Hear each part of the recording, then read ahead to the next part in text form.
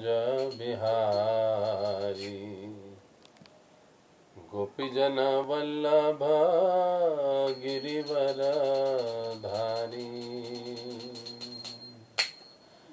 जय राधा माधव कुंज बिहारी गोपीजन वल्लभ गिरिवर धारी यशोदानंदन ब्रज जन रंजन यशोदानंदन ब्रज जन रंजन यमुना तीरवनचारी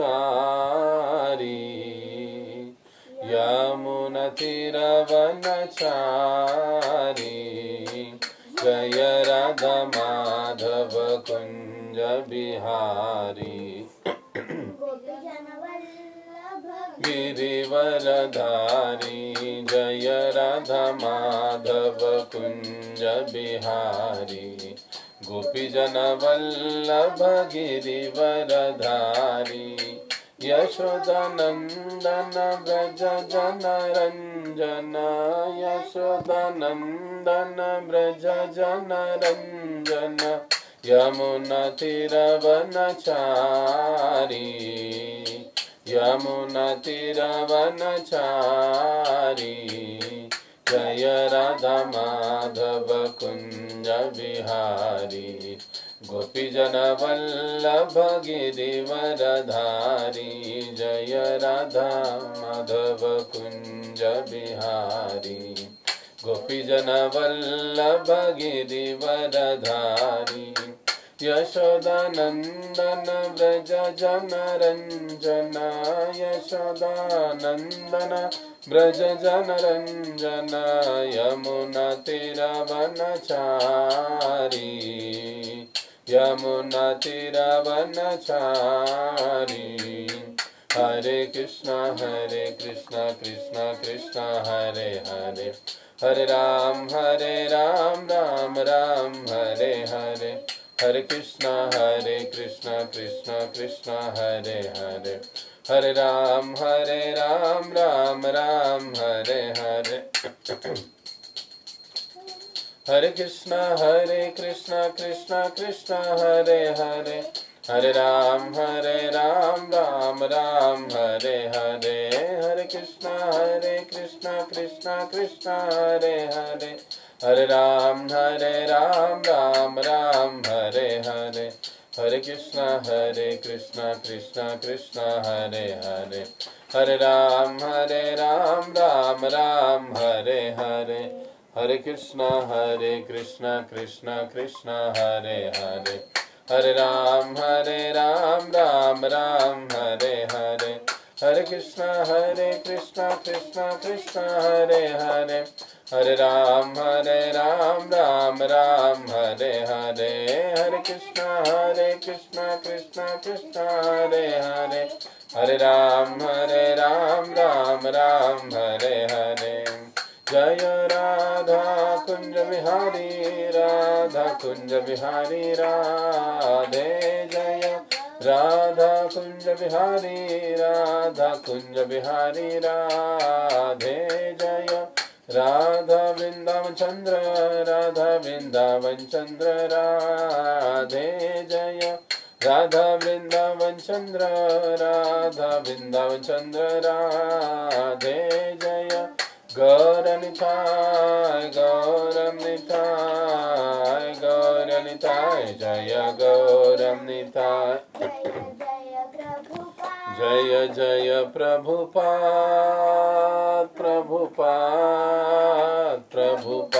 जय शील प्रभुपाद जय गुरुदेव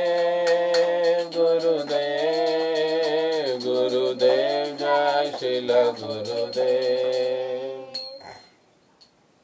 बोलो कलयुग पावन से हरिनाम संकीर्तन की जय। श्री श्री राधा कुंज बिहारी भगवान की जय। श्री श्री निताई गौर सुंदर भगवान की जय। जगत गुरु श्रील प्रभुपाद की जय। ओम अज्ञानतिमिरन्धस्य ज्ञानाञ्जनशलाकया चक्षुरुन्मिलितं येन तस्मै श्रीगुरवे नमः।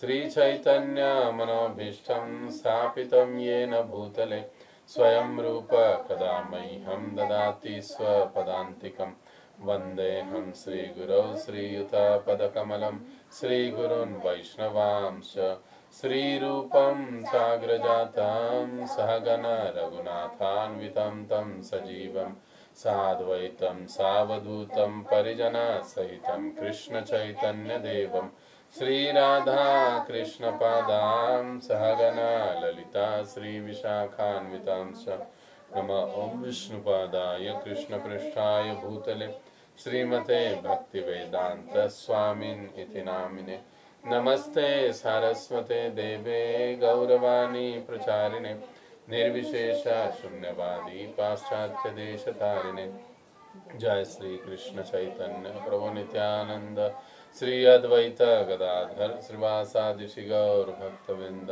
हरे कृष्णा कृष्ण कृष्ण हरे हरे हरे राम राम राम हरे हरे मूकं करोति वाचालं पंगुं लंघयते गिरिं यत्कृपातमहं वन्दे श्रीगुरो दीनतारिणम्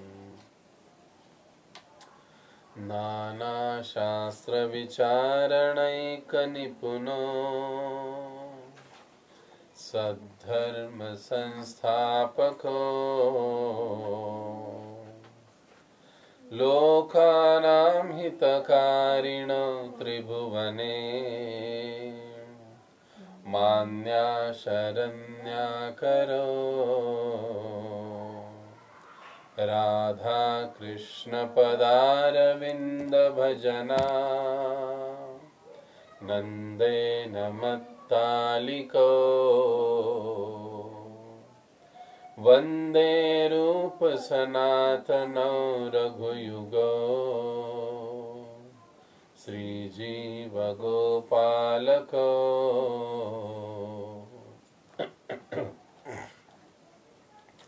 मैं श्री सनातन गोस्वामी, श्री रूप गोस्वामी, श्री रघुनाथ भट्ट गोस्वामी, श्री रघुनाथ दास गोस्वामी, श्री जीव गोस्वामी तथा श्री गोपाल भट्ट गोस्वामी, इन 6 गोस्वामियों को सादर नमस्कार करता हूँ, जो समस्त मानवों के लाभार्थ सनातन धर्म की स्थापना करने के उद्देश्य से समस्त शास्त्रों का गहराई से अध्ययन करने में परम निपुण है। इस तरह वे तीनों लोकों में समादरित है और शरण लेने के योग्य है, क्योंकि वे गोपी भाव में निमग्न रहकर राधा कृष्ण की दिव्य प्रेमा भक्ति में लगे रहते हैं। बोलो श्री षड गोस्वामी प्रभु गण की जय।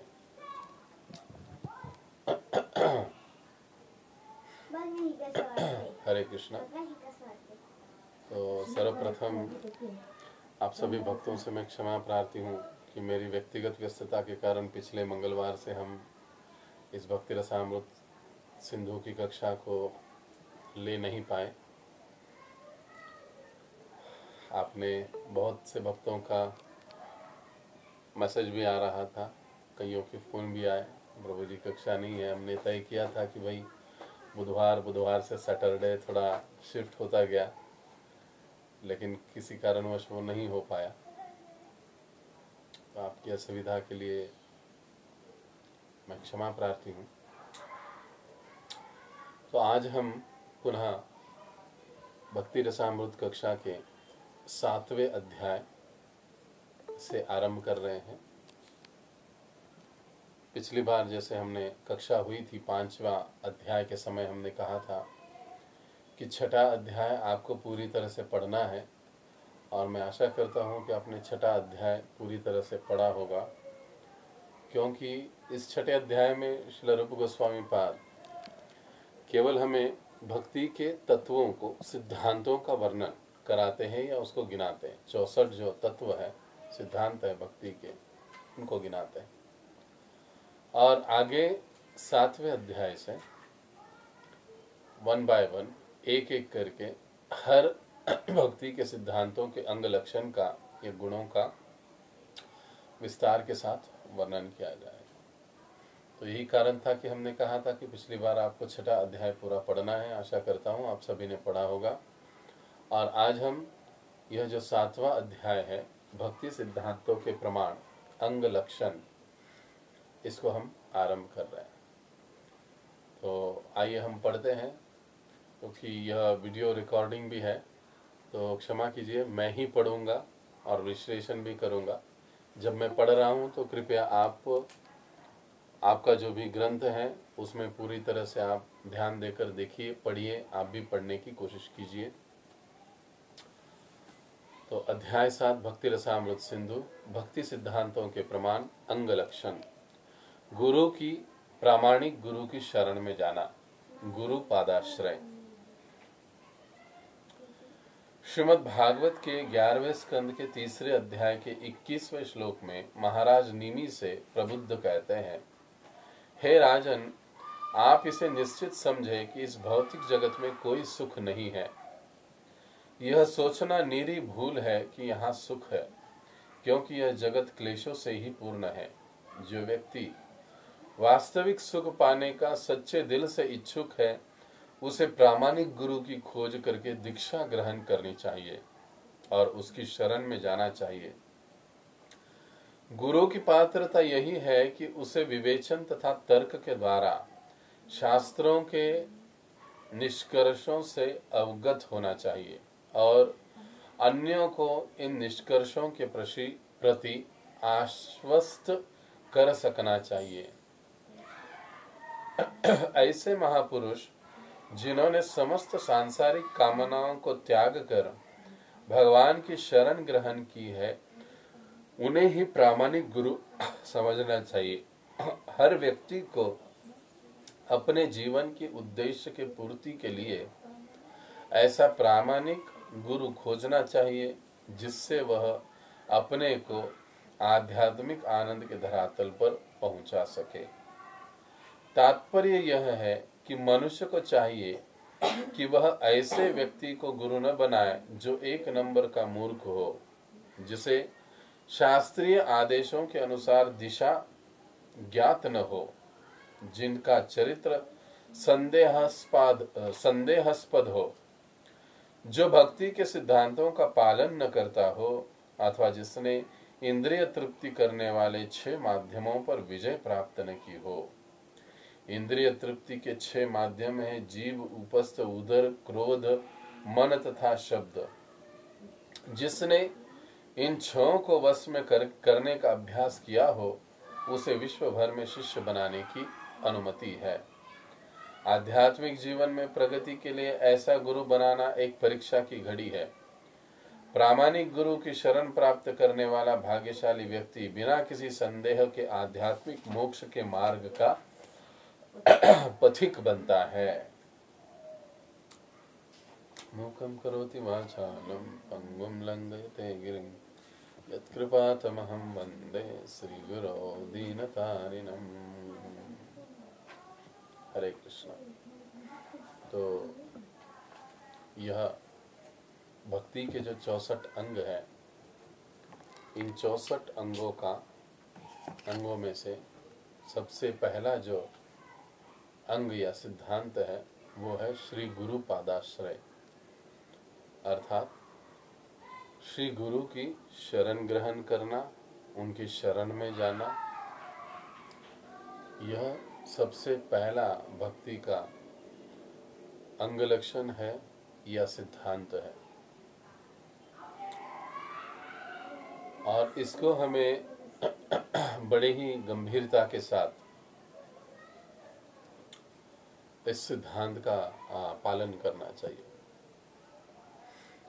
देखिए, भक्ति के जितने सारे प्रतिपादक शास्त्र हैं जो भक्ति की महत्ता को गाते हैं, भक्ति योग की श्रेष्ठता को सिद्ध करते हैं, उन सभी शास्त्रों में श्री गुरु की महिमा का अनंत रूप से वर्णन किया गया है। ऐसा छोटा मोटा वर्णन नहीं, गुरु की महिमा का अनंत रूप से वर्णन किया गया है। बगैर गुरु के चरण आश्रय लिए भगवान के भगवत भजन में हम लोग प्रवेश ही नहीं कर सकते। गुरु आश्रय के बिना, उनके चरणों का आश्रय लिए बिना हम भगवत भजन में प्रवेश ही नहीं कर सकते। इसलिए एक भक्त को चाहिए कि जब वह गुरु तत्व समझ जाता है, समझ में आता है, गुरु की महत्ता को समझता है, जानता है शास्त्रों के माध्यम से, अपनी शिक्षा गुरु वरिष्ठों के माध्यम से, तो उसे तीव्रता के साथ ये प्रयास करना चाहिए कि मुझे गुरु का आश्रय प्राप्त करना है। उसे वो तीव्रता होनी चाहिए। और तीव्रता का मतलब क्या है? उस गुरु तत्व के प्रति, गुरु के प्रति प्रेम वो होना चाहिए। और जब हम प्रेम शब्द का प्रयोग करते हैं तो प्रेम केवल सूखा नहीं होता है कभी भी। जब हम कहते हैं कि मुझे किसी से प्रेम है, या मैं आप पर प्रेम करता हूं, या आप मुझ पर प्रेम करते हो, तो इसका मतलब है प्रेम इस शब्द के साथ ही सेवा, यह शब्द, प्रैक्टिकल शब्द जुड़ा हुआ होता है। अगर मैं कहूँगा प्रभु जी मुझे बहुत प्यास लगी है, प्लीज मुझे पानी पिलाइए, क्या प्रभु जी सामने तो घड़ा पड़ा है, ले लीजिए ग्लास में उठकर पानी। और हम कहते हैं कि हम प्रभु जी से बहुत प्रेम करते हैं, तो ये प्रेम का लक्षण नहीं है। प्रेम का लक्षण है सेवा। इसलिए जब गुरु तत्व के प्रति या गुरु के प्रति प्रेम होना, इसका मतलब है उनकी सेवा में, उनकी सेवा के लिए तत्पर रहना। तो यह जो गुरु पादाश्रय है, यह गुरु के चरणों का आश्रय है, हर उस साधक भक्त के लिए जरूरी है जो भगवत भक्ति की इच्छा रखता है, जो भगवत प्राप्ति की इच्छा रखता है, जो भगवत धाम को प्राप्त करने की इच्छा रखता है। हर उस साधक के लिए गुरु के चरणों का आश्रय आवश्यक होता है। और इन चरणों का आश्रय लेना हर एक साधक भक्त का कर्तव्य होता है। ये भी बात है, ये कर्तव्य है।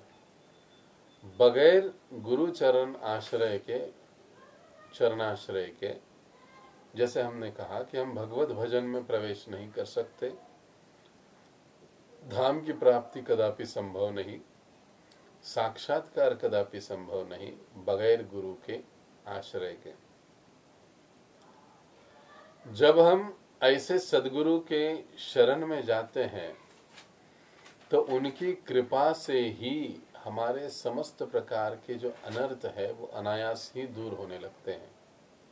अब हम में अनेक प्रकार के, एटलीस्ट मुझ में तो अनेक प्रकार के अनर्थ भरे हुए हैं। 6 अनर्थ तो हमारे मुंह जबान याद हुए, लेकिन उसके अलावा भी बहुत सारे अनर्थ है। कुल मिलाकर भक्ति विनोद ठाकुर जी के थे 22 प्रकार के अनर्थ हैं जो कूट कूट कर भरे हैं, लेकिन इनके प्रमुख जो है प्रतिनिधि वो है 6। हम 6 को जानते हैं। ऐसे जितने सारे अनर्थ हम में भरे पड़े हैं, वो सारे अनर्थ गुरु के शरणागत होने से, गुरु को शरणागत होने से, सद्गुरु को शरणागत होने से अनायास ही दूर हो जाते हैं। श्री गुरु के या सद्गुरु के चरण आश्रय से हमें सहज ही भगवान का परम अनुग्रह भी प्राप्त होता है। देखिए क्यों गुरु आश्रय महत्वपूर्ण है, ये यहाँ पे हम लोग समझ रहे, सीख रहे। कई सारे पॉइंट्स मैंने भी कहते कहते बताए, हो सकता है आपने लिखा भी होगा कि श्री गुरु के चरण आश्रय से भगवान का परम अनुग्रह भी हमें सहज ही प्राप्त हो जाता है। गुरु की कृपा से समस्त अनर्थों का विनाश हो जाता है। और हमारे जो षड गोस्वामियों से एक महान गोस्वामी श्रील जीव गोस्वामी अपने भक्ति संदर्भ इस ग्रंथ में अत्यंत सुंदर तरीके से इस बात को समझाते हैं। किस बात को? कि गुरु के आश्रय से, गुरु के चरणाश्रय से क्या होता है, या गुरु क्या है।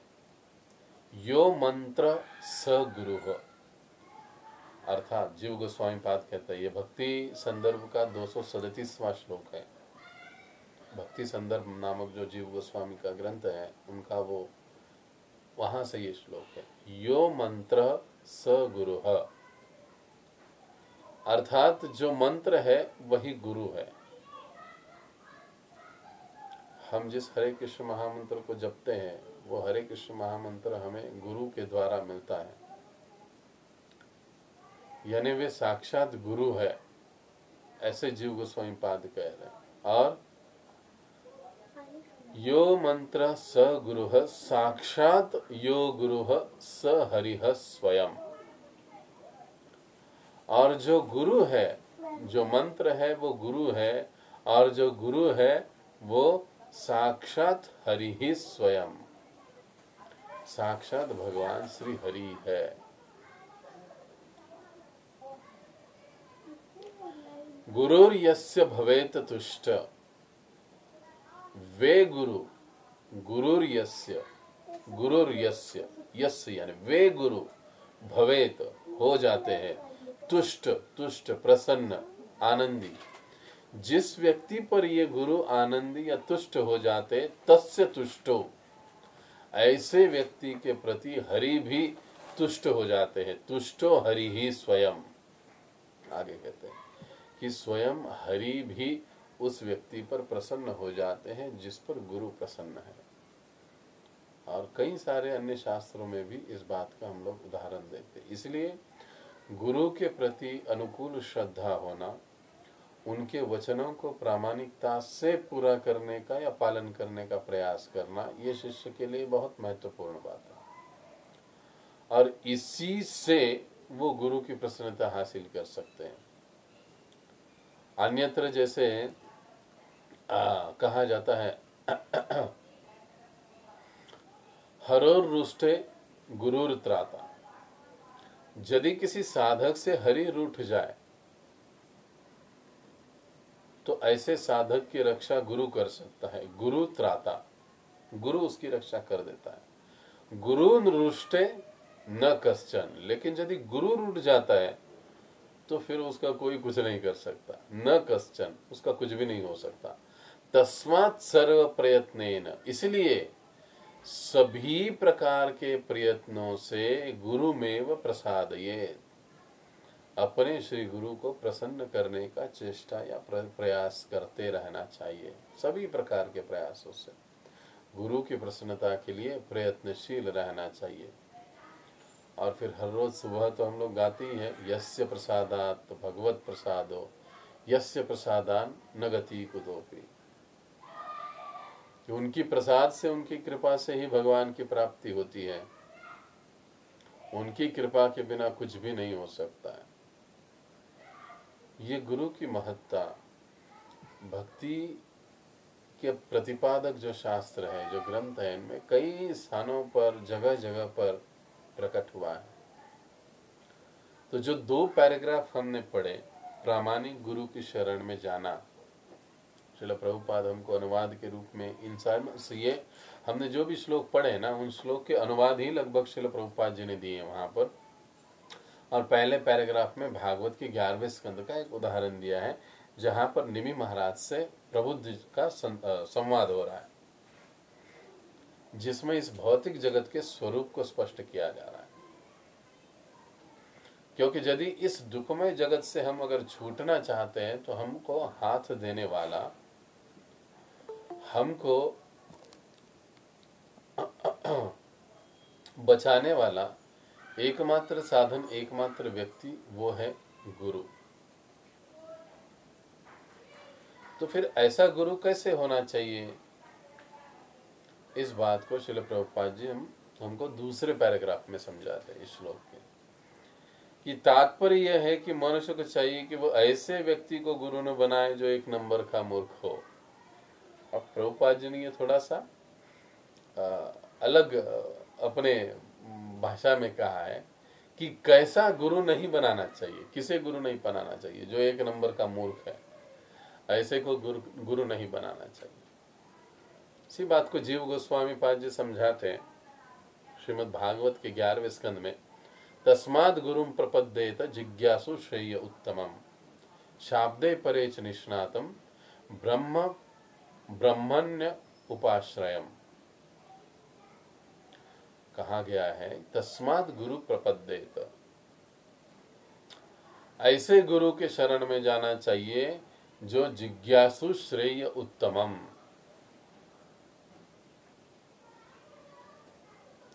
जिज्ञासु श्रेय उत्तमम, जो कि निष्ठावान है ब्रह्म के प्रति, जिसकी अनंत निष्ठा है, भगवान के प्रति जिसकी अनंत निष्ठा है, ऐसे व्यक्ति को शरण, ऐसे गुरु को हमें शरण जाना चाहिए।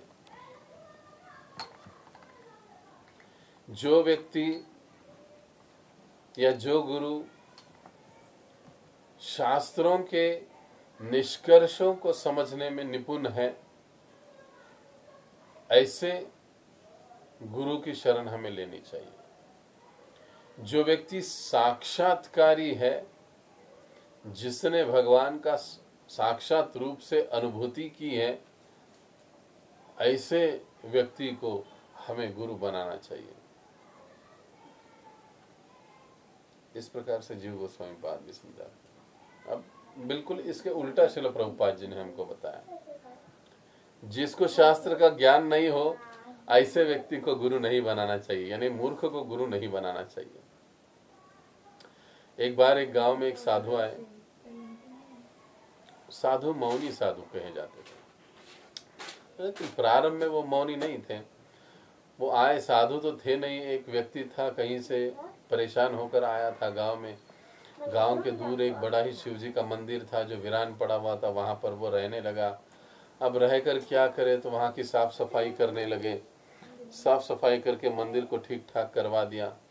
तो जैसे कुछ लोगों ने देखा कि अरे यहाँ पर लगता है कोई साधु आ गया, मंदिर की व्यवस्था बड़ी अच्छी कर रहे हैं, रोज शिव जी को जल से स्नान करवाता।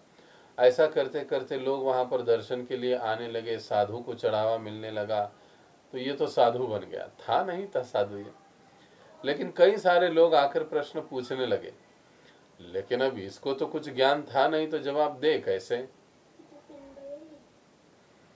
तब उसने इशारे से कहा कि मैं बोलता नहीं हूं। तो सभी लोग कहने लगे, अरे क्या बात है, क्या बात है, देखो ये तो मौनी बाबा है, ये तो कुछ बोलते नहीं, कुछ मांगते नहीं, लेकिन कितने अच्छे से रहते हैं, सेवा करते हैं, सबको दर्शन देते वगैरह वगैरह।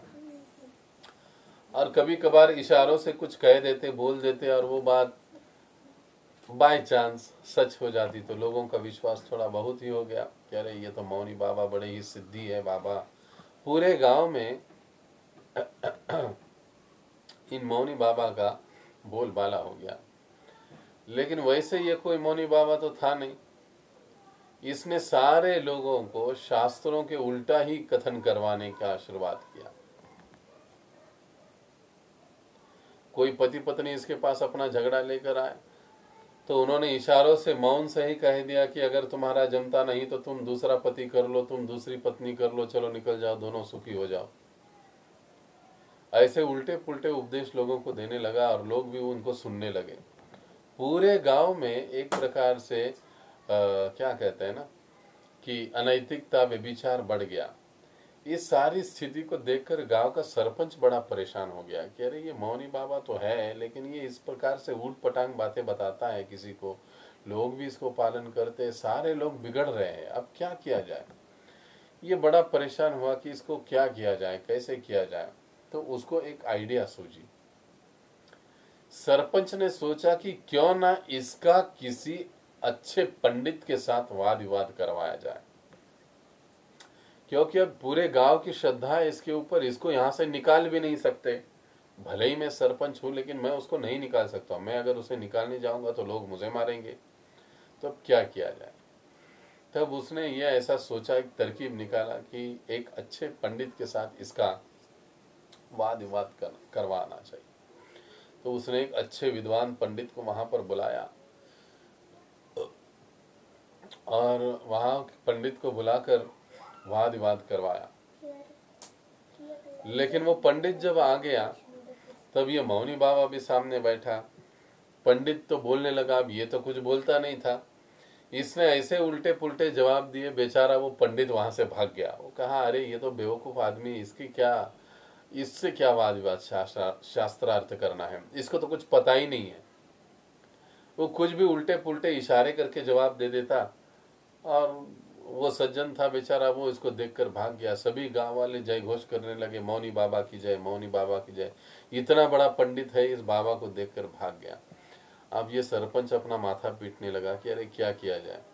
एक पंडित को जैसे तैसे रास्ता बुलाया था, वो पंडित भी खुद भाग गया। तो एक दिन ये सरपंच ऐसे ही वहां पर बैठा था किसी खेत में। उस समय उस खेत में एक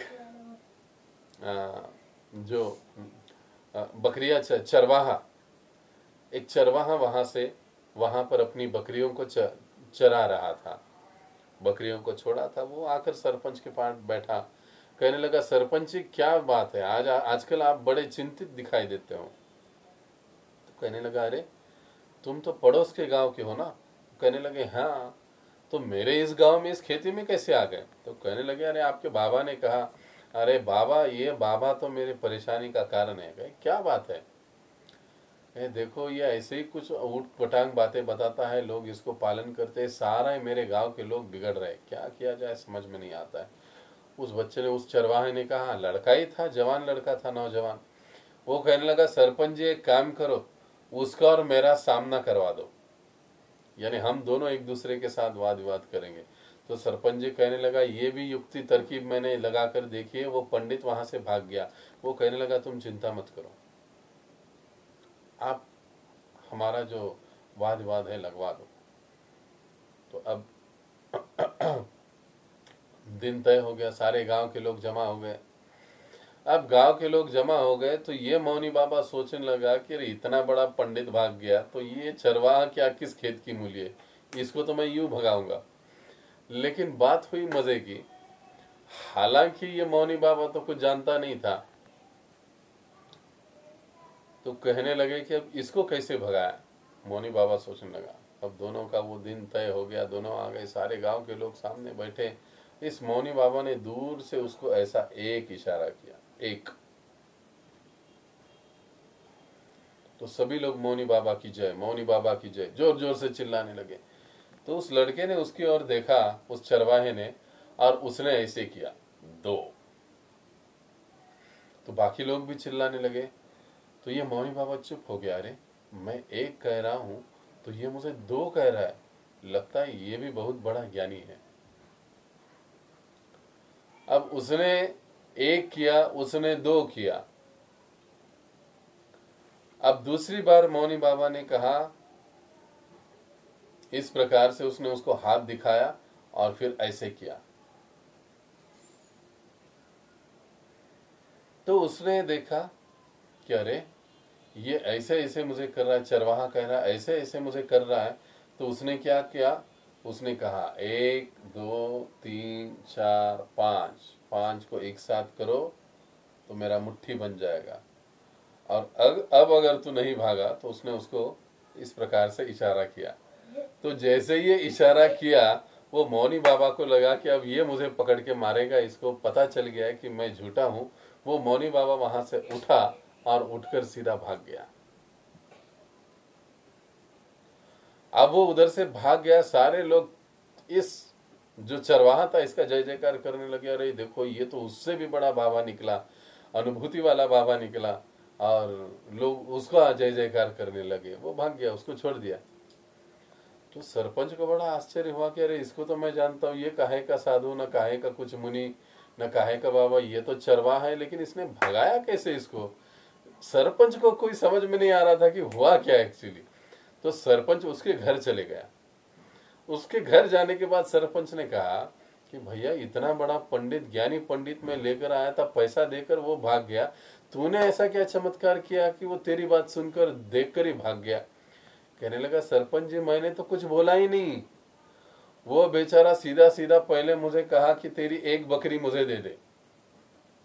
उसने मुझे एक का इशारा मैंने दिखाया तो मुझे ऐसे लगा कि वो मेरी एक बकरी मांग रहा है। तो मैंने वही कहा, तुमने मुझे कहा था इसको भगाना है, मैंने कहा मैं 2 दूंगा लेकिन तू यहां से भाग जा। तो पता नहीं उसको क्या लगा, वो एकदम चुपचाप हो गया। अब मैं 2 देने के लिए तैयार है तो वो मुझे 5 मांग रहा था। ऐसे ऐसे कर कर वो कह रहा था 5 मांग रहा था। तो मैंने कहा भैया तेरा तो लोभ बढ़ रहा है, तेरे को 5 नहीं दूंगा, तेरे को 5 का एक साथ ऐसे घुसा बना के लगा दूंगा, यहाँ से भाग जा। तो बस उसको देख के ही वो भाग गया वहां से। तो सरपंच ने अपने सर को हाथ लगा दिया कि अरे ये क्या बेवकूफी है। इस भौतिक जगत में आजकल के जो गुरु है ना, ये क्वालिटी है सब जगह पर। इसीलिए प्रभुपाद जी ने यहाँ पर कई बार हमको ऐसे लगता है ना, प्रभुपाद जी बहुत कठोर बोलते हैं कि किसी मूर्ख को अपना गुरु नहीं बनाना चाहिए।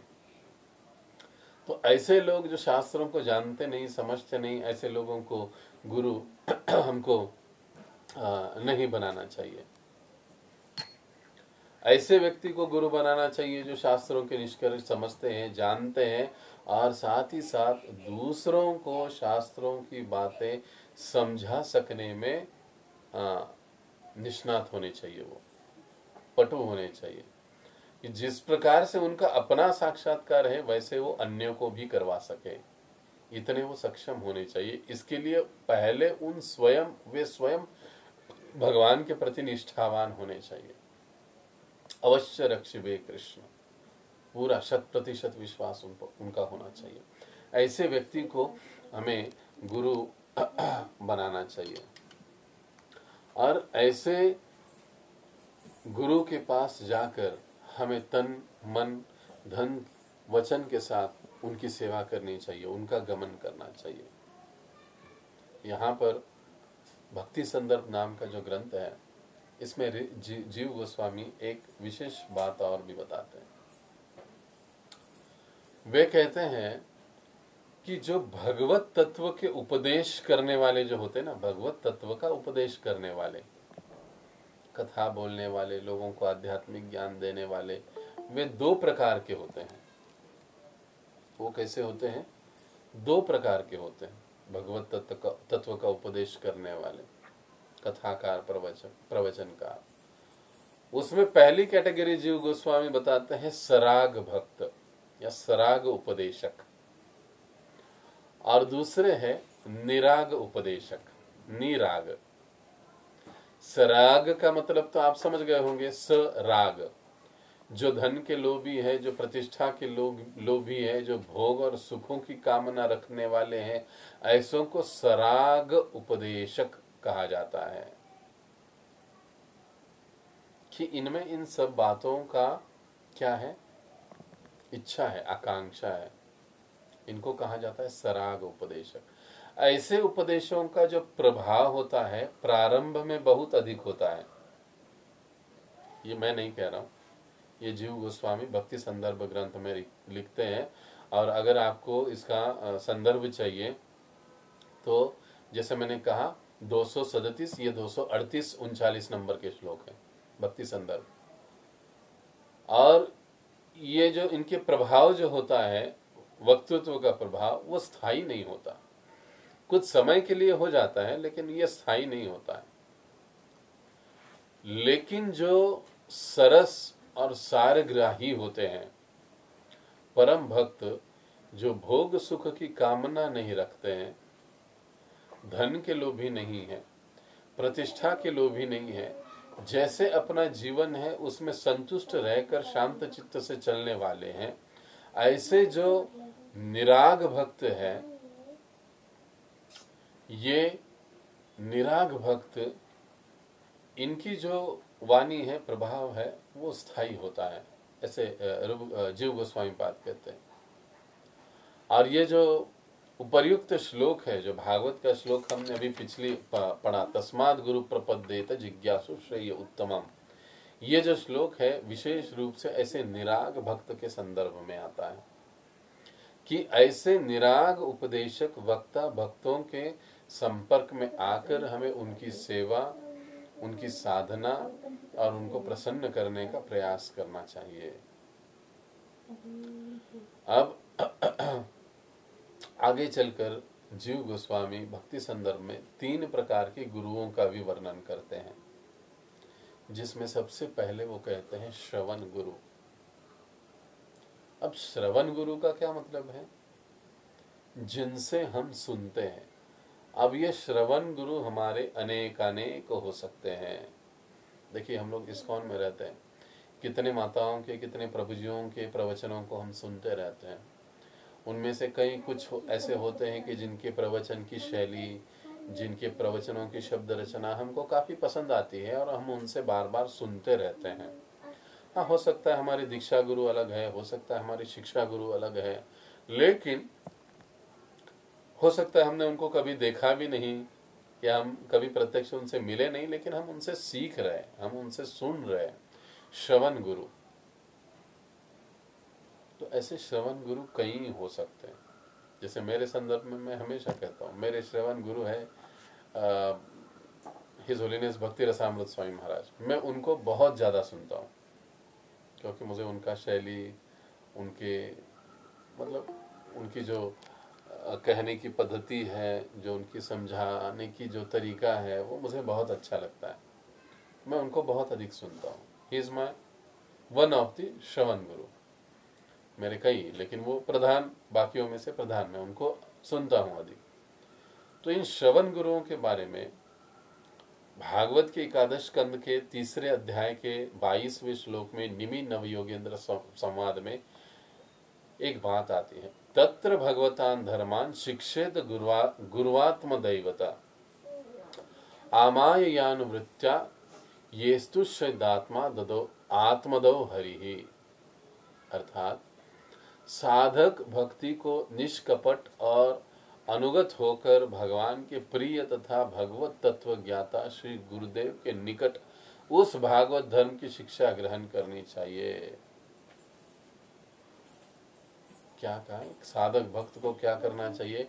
निष्कपट और अनुगत होकर, अनुगत का मतलब होता है आज्ञा का पालन करने वाला बनकर, निष्कपट बनकर भगवान के प्रिय जो भक्त है, भागवत है, भगवत तत्व ज्ञाता है, ऐसे गुरु के निकट जाकर उनसे भागवत धर्म की शिक्षा ग्रहण करनी चाहिए, जिसका अनुष्ठान करने से भगवान श्री हरि स्वयं अपने आप को भी दे देते हैं। जिसने गुरु को जीत लिया उसने भगवान को जीत लिया। और अर्थात गुरु को जीतना इतना वैसे आसान भी नहीं है, उसके लिए हमें निष्कपट होना चाहिए, और कलयुग में ये निष्कपट होना ही बड़ा कठिन काम होता है। इस प्रकार भजन की जो हमको शिक्षा देते हैं उन्हें श्रवण गुरु कहा जाता है। जैसे हमने कहा कि श्रवण गुरु बहुत सारे हो सकते हैं, उनमें से अपने भाव के अनुसार, अपने स्वभाव रूप के अनुसार, हमारे चित्तवृत्ति के अनुसार हम किसी एक श्रवण गुरु को चयन कर सकते हैं। भजन शिक्षा के लिए उनका आश्रय ले सकते हैं कि हाँ, उनसे मुझे सुनना है, श्रवण करना है, अनेक अनेक विषयों पर उनका कथन मुझे सुनना है, श्रवण करना है। तो ये हुए हमारे श्रवण गुरु। श्रवण गुरु के बाद दूसरा कैटेगरी जीव गोस्वामी पाद बताते हैं, वो है शिक्षा गुरु, जिसे हम इस्कॉन में काउंसलर कहते हैं। ये शिक्षा गुरु की कैटेगरी में ही आते हैं एक प्रकार से। अब ऐसे शिक्षा गुरु का अर्थ क्या है? जीव गोस्वामी पाद कहते हैं, ऐसे योग्यता संपन्न अनेक श्रवण गुरुओं में से अपने भावों के अनुकूल जो भजन शिक्षा देते हैं उन्हें शिक्षा गुरु कहते हैं। देखिए, शिक्षा गुरु, श्रवण गुरु और जो साधक भक्त है, उनके भाव अनुकूल होना भी जरूरी होता है। अगर उनके भाव एक दूसरे के अनुकूल नहीं होंगे, एक दूसरे के प्रति उनके हृदय में श्रद्धा नहीं होगी, तो फिर उन दोनों में ठीक से आदान प्रदान नहीं होगा। वो जो उपदेश देंगे ये ग्रहण नहीं कर पाएंगे, और ग्रहण किया भी तो उसको पालन नहीं कर पाएंगे। इसलिए दोनों का भाव अनुरूप होना आवश्यक है। और जब भाव में गड़बड़ी हो जाती है तो एक दूसरे को कोई छोड़कर चला जाता है, कोई किसी को निकाल देता है, कोई किसी को कर देता है, ये सारी चीजें घटती है, होती है। क्योंकि इसीलिए रूप गोस्वामी पाद जी ने जो शब्दों का प्रयोग किया है कि हमारे भावों के अनुकूल जो भजन की शिक्षा देते हैं, इसलिए जब हम शिक्षा गुरु भी चयन करते हैं तो ऐसे शिक्षा गुरु को चयन करना चाहिए कि जो हमारे भाव के अनुकूल हो, जहाँ पर हम फिट बैठ पाए। वो हमको अगर कुछ कहे तो हम उसका पालन करने में सक्षम हो और करे, पूरी श्रद्धा हो उनके ऊपर, हमारी उनके ऊपर और उनकी हमारी ऊपर। तो ऐसे स्थिति में शिक्षा गुरु और जो भी साधक भक्त हैं, दोनों का भी उन्नति अच्छे से चलता है। और ऐसे शिक्षा गुरु के नियंत्रण में कहिए या उनके देखरेख में कहिए, साधक का जो उन्नति है वो अच्छे से होता है। अब यहाँ पर ऐसे शिक्षा गुरु भी बहुत से हो सकते हैं, शिक्षा गुरु भी बहुत से हो सकते हैं, लेकिन फिर भी देखिए जीव गोस्वामी पाद एक कहते हैं, भक्ति रसामृत सिंधु बिंदु, इस ग्रंथ को मैं आज थोड़ा रेफर कर रहा हूँ। इसमें वो क्या कहते हैं कि शिक्षा गुरु भी बहुत हो सकते हैं, फिर भी अपने भावों के अनुकूल विशेष रूप से एक ही शिक्षा गुरु होना उपयोगी होता है। ये कई बार भक्तों को आदत होती है, थोड़ा यहाँ सुनेंगे, थोड़ा वहां सुनेंगे, इधर बैठेंगे, उधर बैठेंगे, उधर बैठेंगे, वो एक जगह स्थित नहीं बैठते हैं।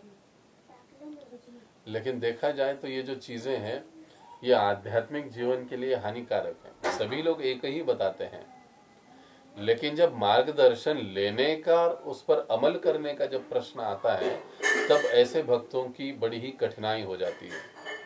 ये लोग बड़े ही कंफ्यूज्ड हो जाते हैं, क्योंकि इनकी श्रद्धा कहीं एक स्थान पर स्थित नहीं हो पाती है। थोड़ा इधर, थोड़ा उधर, थोड़ा उधर, थोड़ा उधर, ऐसे नहीं होना चाहिए। जो भी हमारे शिक्षा गुरु है उनके प्रति हमारा पूरा श्रद्धा और पूरा विश्वास होना चाहिए। इससे उस साधक का प्रगति होता है।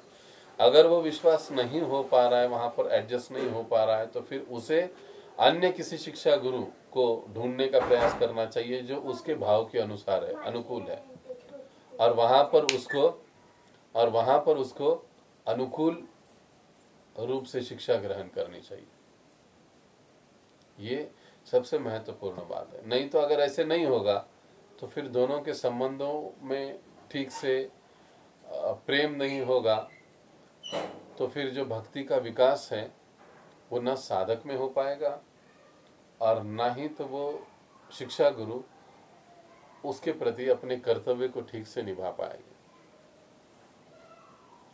अब कई बार श्रवण गुरु और शिक्षा गुरु एक ही व्यक्ति हो सकता है, ऐसे भी होता है, इसको भी समझना चाहिए। जो श्रवण गुरु और शिक्षा गुरु एक ही भी हो सकता है कि जिनसे हम सुन रहे वो हमारे शिक्षा गुरु भी हो सकते हैं, या शिक्षा गुरु कोई है लेकिन हम किसी अन्य से सुन रहे, ऐसे भी हो सकते हैं। दोनों चीजें हो सकती है। तो ऐसी स्थिति में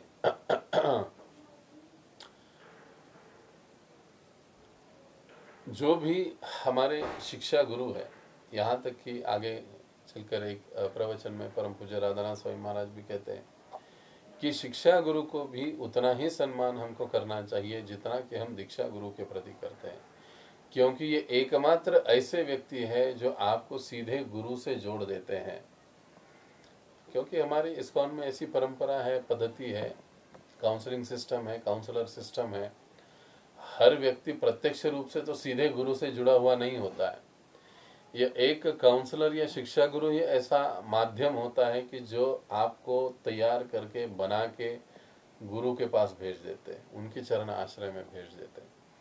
इसलिए इनका स्थान भी कई स्थानों पर अगर आप भक्ति संदर्भ ग्रंथ पढ़ोगे तो इनको भी दोनों स्थानों के तुल्य ही समझा गया है कि इनका भी जो भूमिका है शिक्षा गुरुओं का, ये भी बहुत महत्वपूर्ण है। जब आप षड गोस्वामियों का जीवन चरित्र पढ़ोगे तो आप इस बात को समझ जाओगे। जैसे हमने कहा था कि हम भक्ति रसामृत सिंधु का अध्ययन कर रहे हैं, तो आप लोगों को चाहिए कि जीव गोस्वामी, रूप गोस्वामी, ये जो 6 गोस्वामी हैं उनके जीवन चरित्र को पढ़े। इससे आप समझ सकोगे कि कौन किसके शिक्षा गुरु थे, कैसे इन्होंने इनके पास इनको भेजा, उनसे शिक्षा ग्रहण की, हालांकि उनके दीक्षा गुरु अलग थे।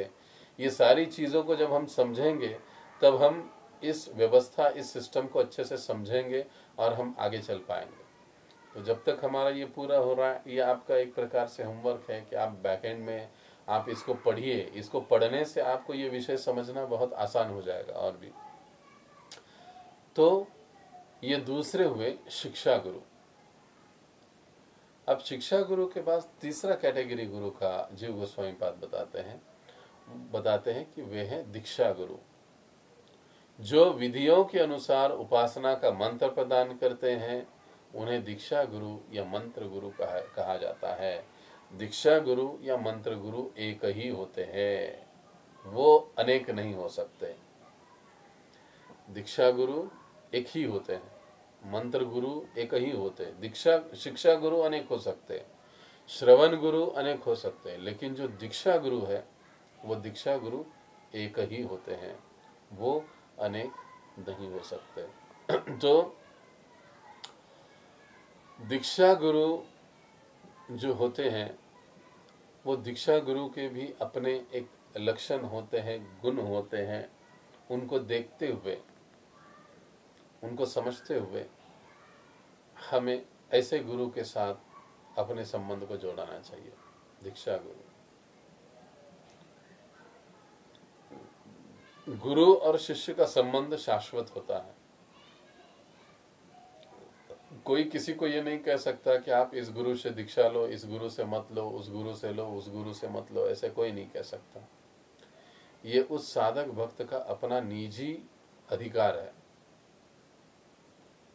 उसका निजी संबंध है उस गुरु तत्व के साथ, वो वहीं पर जाएगा, वो वहीं पर रहेगा।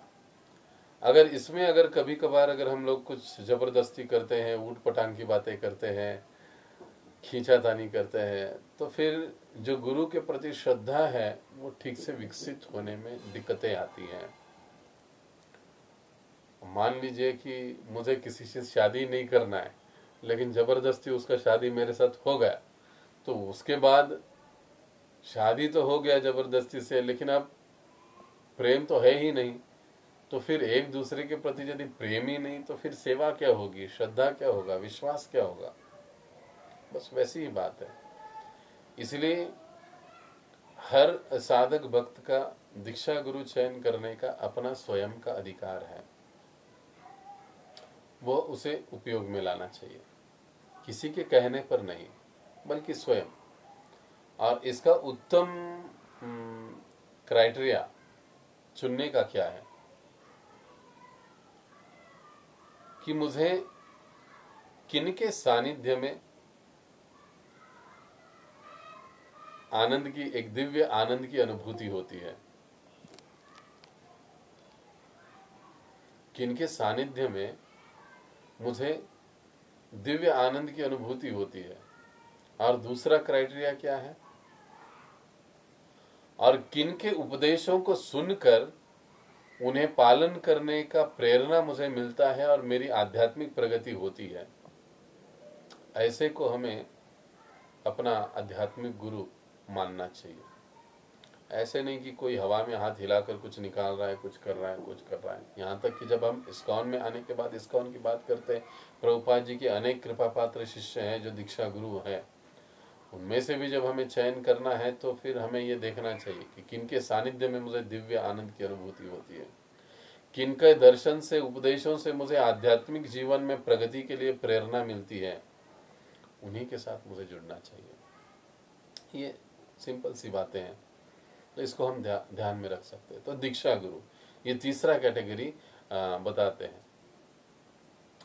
अब जो दीक्षा गुरु होते हैं वो दीक्षा गुरु कैसे होने चाहिए। अब उसमें देखिए कहा गया है, दीक्षा गुरु वेद के तात्पर्य निर्णय में पारंगत होने चाहिए, यानी वेद शास्त्र में वो निष्णात होने चाहिए, निष्णातम। वे कुशल वक्ता होने चाहिए, भक्ति के सिद्धांतों को समझाने की क्षमता और दूसरों को अनुगत करवाने की क्षमता उनमें होनी चाहिए। भगवान की प्रत्यक्ष अनुभूति से वे युक्त होने चाहिए। कई बार लोग प्रभुपाद जी को प्रश्न पूछते हैं, स्वामी जी क्या आपने कृष्ण को देखा है? तो प्रभुपाद जी कहते, हाँ मैंने कृष्ण को देखा है, तो मुझे भी कृष्ण दिखाइए।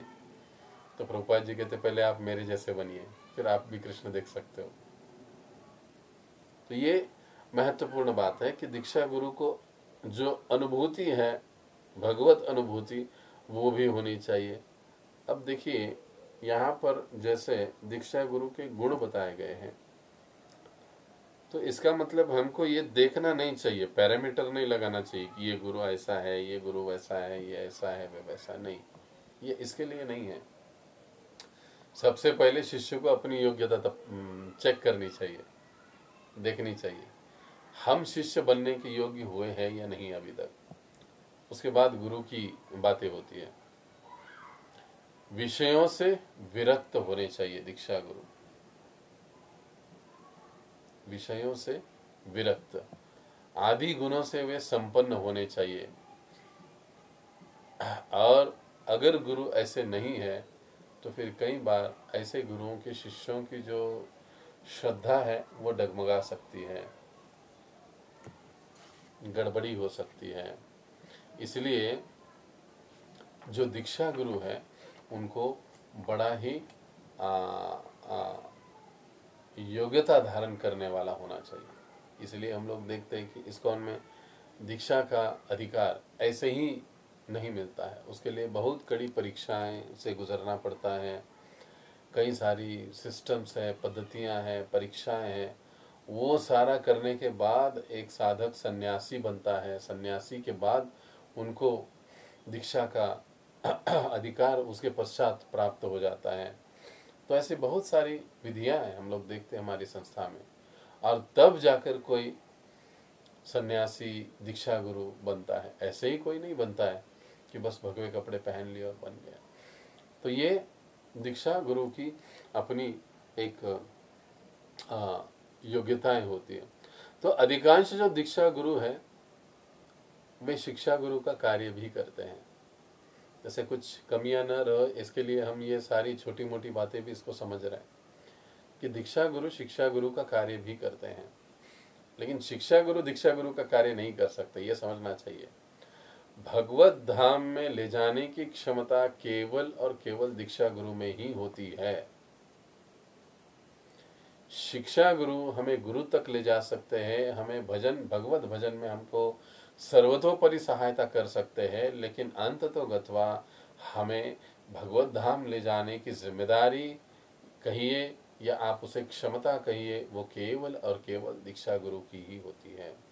इसलिए दीक्षा गुरु का जो स्थान है वो बड़ा ही श्रेष्ठतम माना गया है, वो सबसे ऊंचा है, क्योंकि ये उनका अपने शिष्य के प्रति सबसे प्रमुख कर्तव्य होता है कि उसे भगवत धाम पुनः ले जाना।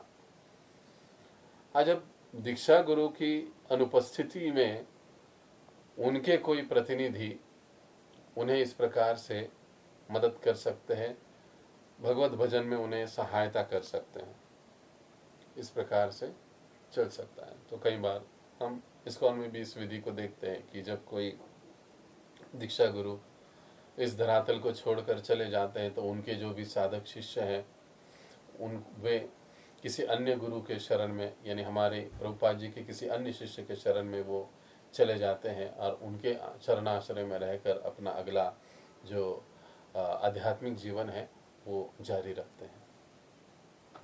तो ये हुई दीक्षा गुरु की बात। अब देखिए एक महत्वपूर्ण विषय है जो संक्षेप में हम चर्चा करेंगे,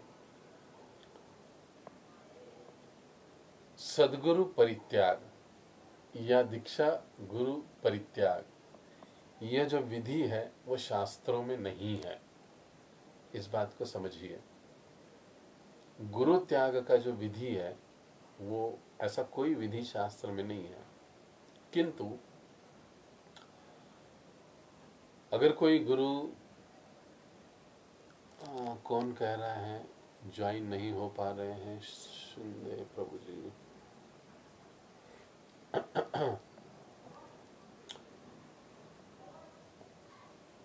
किंतु अगर कोई गुरु वैष्णव विद्वेषी है, शास्त्र द्वेषी है, शास्त्रों का खंडन करते हैं, भक्ति के विधियों का खंडन करते हैं, उसके विद्वेषी है भक्ति के, और अगर वो भोग विलास में लिप्त है,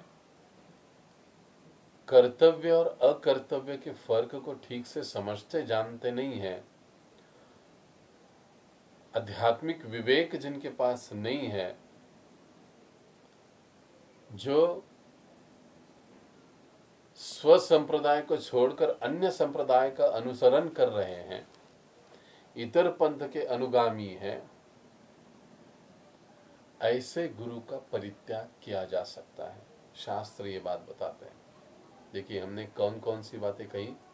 जो वैष्णवों के विद्वेषी है, जो शास्त्रों का खंडन करते विद्वेषी है, शास्त्रों को 100% मानते नहीं, जो भक्ति की विधि का अवहेलना करते हैं, भक्ति के द्वेषी है, जो लोग भोग विलास में आसक्त है, जो कर्तव्य और अकर्तव्य को जानते नहीं हैं, समझते नहीं हैं, जिनके पास आध्यात्मिक विवेक नहीं है, अब जो मूढ़ है और जो शुद्ध भक्ति को छोड़कर अन्य संप्रदाय पंथ के अनुगामी है, ऐसे गुरु को हम त्याग कर सकते हैं और पुनः विधि पूर्वक किसी अन्य वैष्णव गुरु से हम दीक्षा ले सकते हैं। इसकी शास्त्रों में अनुमति दी गई है।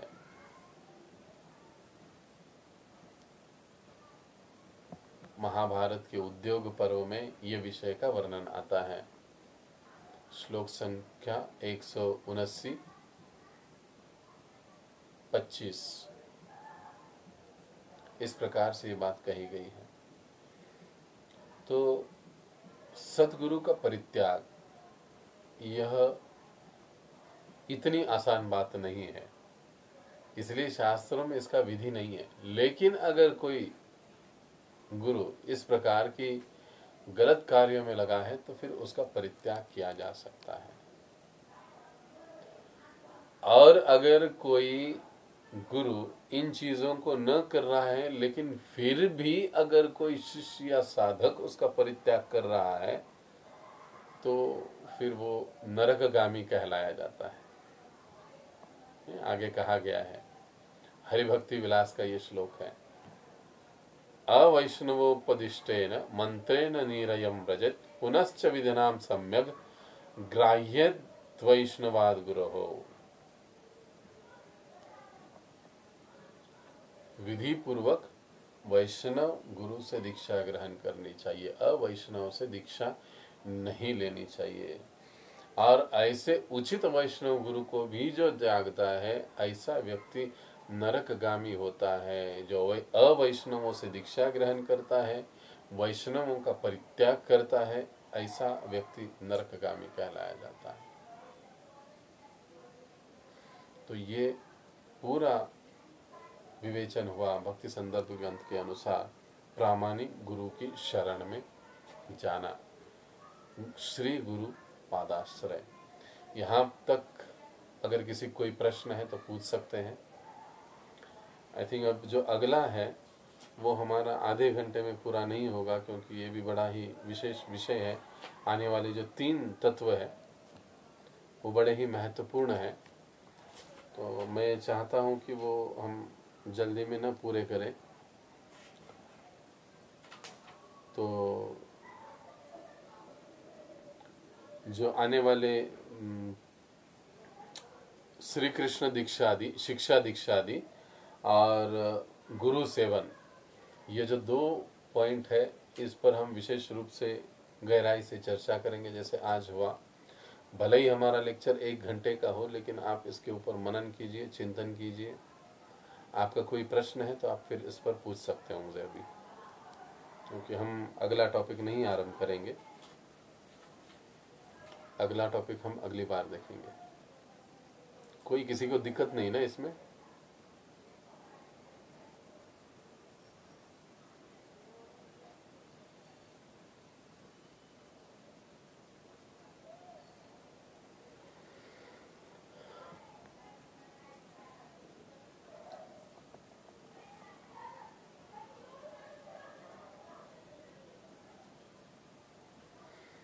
ओके, तो यहाँ पर हम रुकेंगे।